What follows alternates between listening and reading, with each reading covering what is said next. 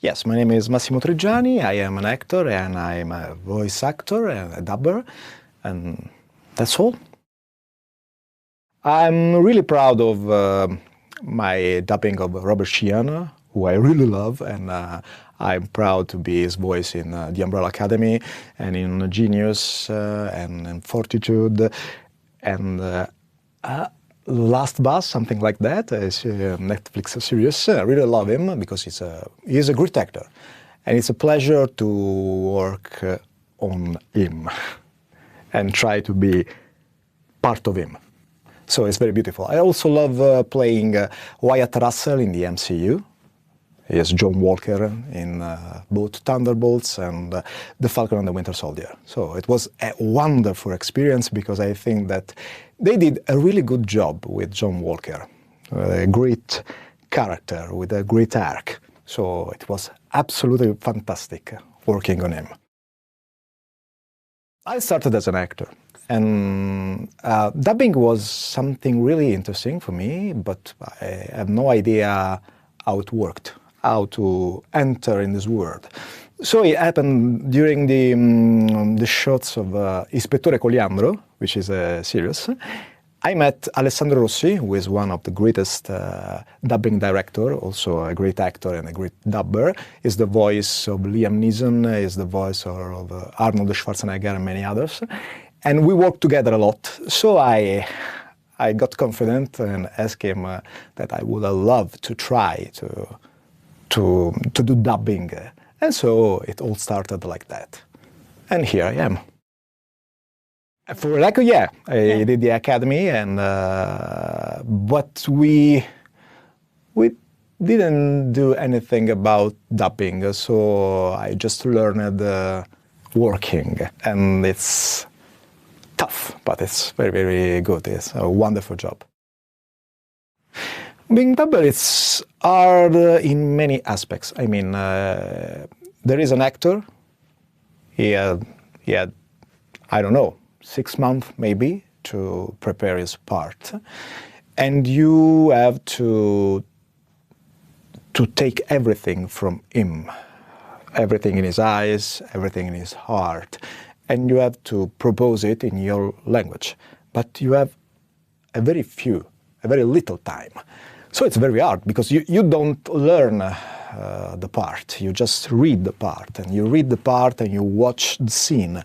So you have very, very limited time to take everything and express everything. It's very, very hard because also there is also the shot and the cut. So maybe the actor, to arrive at a point of acting, got more time, but in screen time is less time. So you have less time to take all the emotion and to express all the emotion. It's very hard. And you also have your specific time. I mean, an actor has a time of acting, his rhythm, for example. And sometimes it happens that you have to work on a very good actor, so it's easier to take all the little intentions, all the little acting skills. Yes, but it's also harder because, I mean, it's clear, the path is clear, but you have to do that. When you find an awful actor, it's hard because it sounds flat. So you don't have many things to use for your performance, especially when it's flat also in the eyes expression, in the face. When you have a good actor, that's a good start, but we all have different acting rhythms. So it happens sometimes that you find a very good actor, but with a different rhythm of acting. So it's very difficult to be part of him. Other times you find an actor with a rhythm very similar to you, so it's easier. And one of the things I love working on Robert Sheehan is that he has a rhythm in which I feel very comfortable. In fact, sometimes before working on a series or a movie product with Robert Sheehan, I just listened to his interview because in real life it's almost like in everything he does as an actor. It's crazy. and I listen to him and start to enter in his mood, which is beautiful. Yeah. So it's fascinating. It's so fascinating. Good dubbing, it doesn't seem to be dubbed. I mean, a good dubbing is when you forget that it's dubbing, and you think, "Wow, these actors are acting in Italian. Wow, I didn't know they know Italian."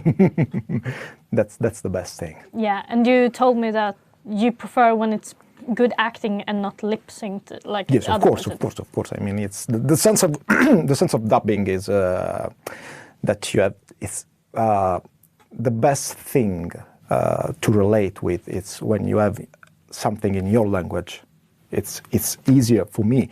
I mean, I don't like subtitles. I think that subtitles are also a poor thing, because there is no time to put in the subtitles everything people are saying, and also distracts you.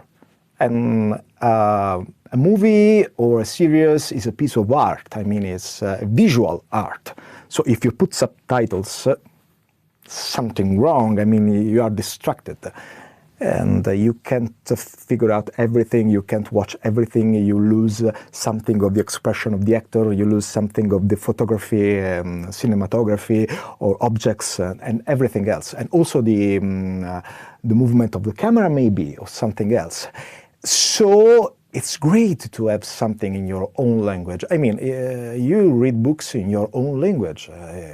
Of course, if I'm English, I will read a book in English if I have a perfect English, but with Russian, with Dutch, or something like Spanish, French, and all other languages. So having something in your language is great, but it must be good.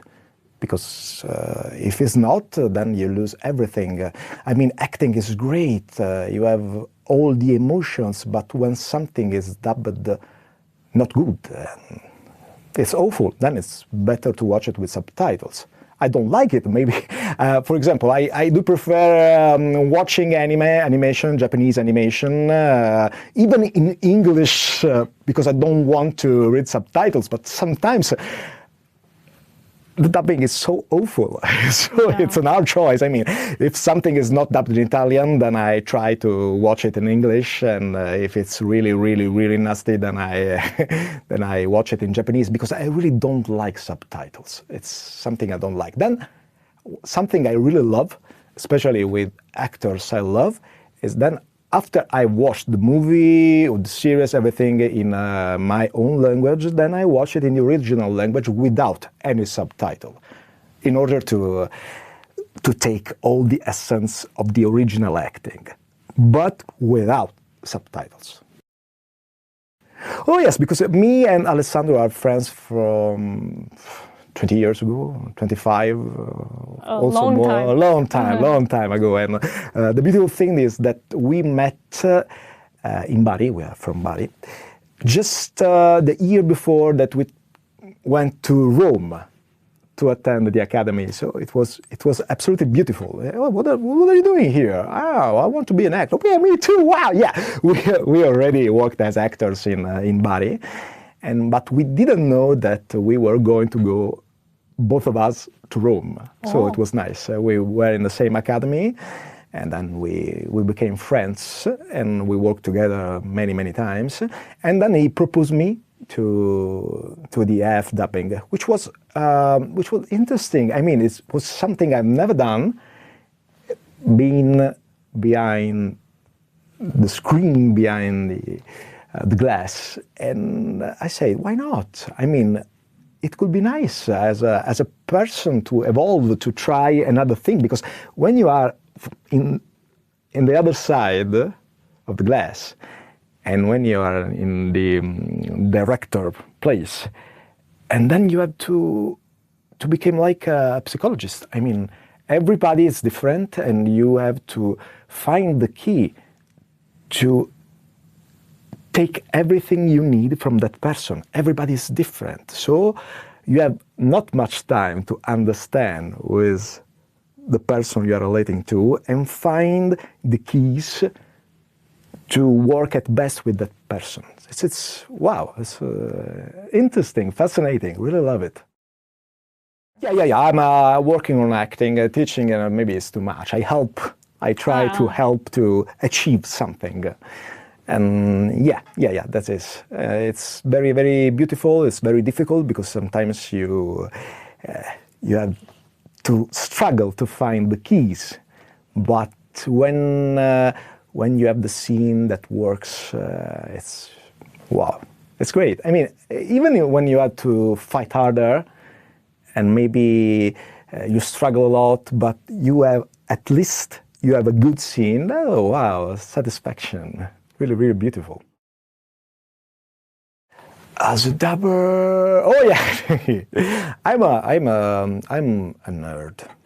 Okay, so the beautiful thing of dubbing is that you work on many things, and if you are a nerd, wow! I mean, I was called, and then they told me there was they asked me for my for my disponibilities. For my okay. They asked me, "Have you got this? When can you come here to do this job?" Okay, so they asked me for my presence in a work, and it was a TV series. And then they didn't tell me what was. Generally, they don't tell you. Sometimes they do. And I went there. It was Legion, which is a very great show. And the director told me, okay, you have to play the father of the main character, but the father is young because the main character went into the past. He's called Charles. That's okay. So good-looking man, tall, with black hair, Charles.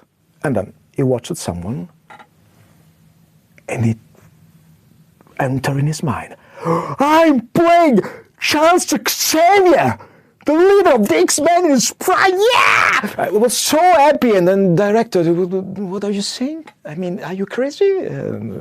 And it's full of something like that, because when I knew that they were working on someone was working on Mortal Kombat, the new movie, the new saga, so I asked everybody, because I don't care, okay, I know it sounds silly, but I'm a fan of Mortal Kombat, I really want to do something in Mortal Kombat. Then I was able to know who was going to do Mortal Kombat, so I told me, please, even a male one, old man, old woman 4, please, let me do something on Mortal Kombat. And the trailer was already out, so I thought that I would have done something little. And then they called me, and I have 2 sessions of work. I say, wow, I'm going to do every man one in the movie? Wow. And then I came here, and the director told me, okay, you are going to play this guy who's called Liu Kang. And I said, wow. Okay, Liu Kang is my favorite character in Mortal Kombat, so I was really, really, really happy. And that happened, thankfully, a lot of times, even in Japanese actions, because Japanese animations, because I got the audition to play Devilman. Oh. Akira Fudo, who is one of my favorite characters ever. So when I got the audition, it was so, wow, so beautiful. I mean, I really love him. And another beautiful thing was when I got the audition. I went to the audition for the Falcon and the Winter Soldier for John Walker. I didn't know anything about that except that it was a Marvel project. I thought, wow. But I knew John Walker because I knew comic books, and I was so excited. And also because the audition was very tough. I mean, they give us a lot of scenes. The first one with his girlfriend, his wife and his best friend, and then the first time he exposed to the public in an interview, and then a scene with Bucky and Sam, and lastly the scene of the process, which was very tough. And then I just realized that, wow, they nailed it. I mean, it's a great arc. Wow. So when I got the part, I was so happy. I was so happy, really, really happy. But it happens a lot. I mean, I have done Supergirl. I played What's the name? Ben Lockwood, Agent Liberty, who was a great character, the bad guy of I don't know which season, and also played in the Flash movie Godspeed, and played the Scarecrow in the Titan series, in the animation Young Justice and Nightwing. So wow, and also video games. I like video games. So when I got my first big role was the main character of Fallout 4. Wow. And also, I got the role of Alexios in Assassin's Creed. I'm a big fan of Assassin's Creed. The strange thing was when I was going to the audition, I didn't know anything because they didn't tell me anything. They could not tell anything because they are the agreements. Yeah. So it's called, oh, you have to do the audition for something. What is it? Oh, we can't say it. Okay. And when I was going to the audition, I was just playing in my car the soundtrack of Assassin's Creed 2. So I went into the studio and then started a little something very raw. I mean, the skeleton of a scene, and I just said, "Oh, we are playing Assassin's Creed in ancient Greek. How did you know?" I didn't, but you just confirmed it. Wow, that was a really a good thing. I really love it. So it's fantastic. I mean, maybe it's also not a great thing when you are so much involved because when everything goes great, yes, it's great. But every time there is a little thing that doesn't work well, then it's so struggling. But as a passionate of these movies, of these comic books, and these video games, being part of this world is wonderful. I mean, really wonderful. Don't be afraid.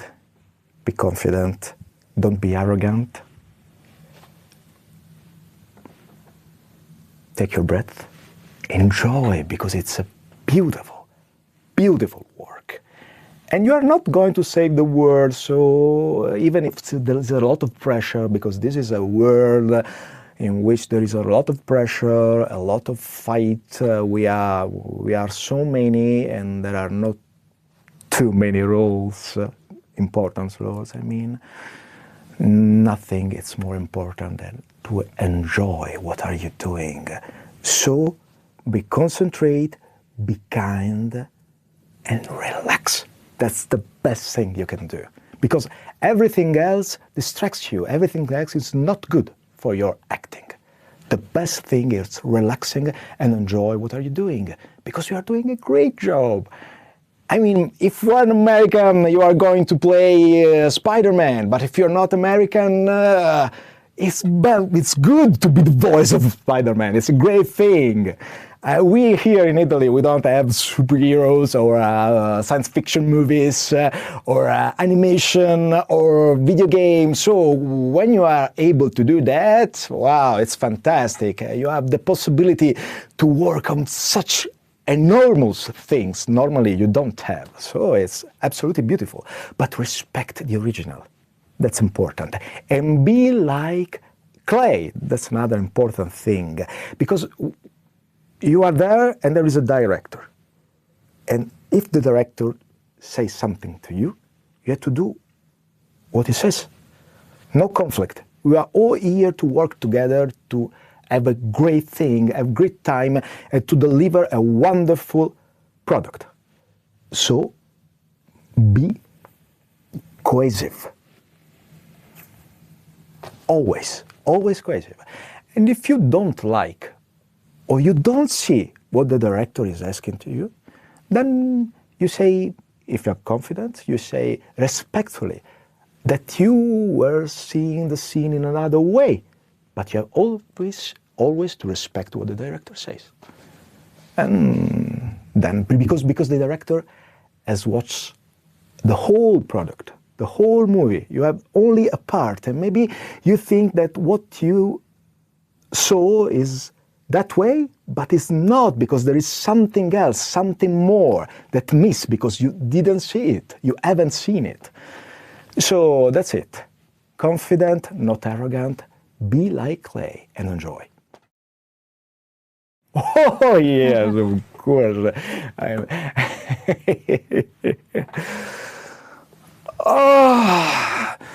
Sì, sapete, questa non è una setta, è più una, non lo so, un luogo comune di persone che si vogliono bene. E io sono Klaus e questi sono i miei fratelli e questa è la Umbrella.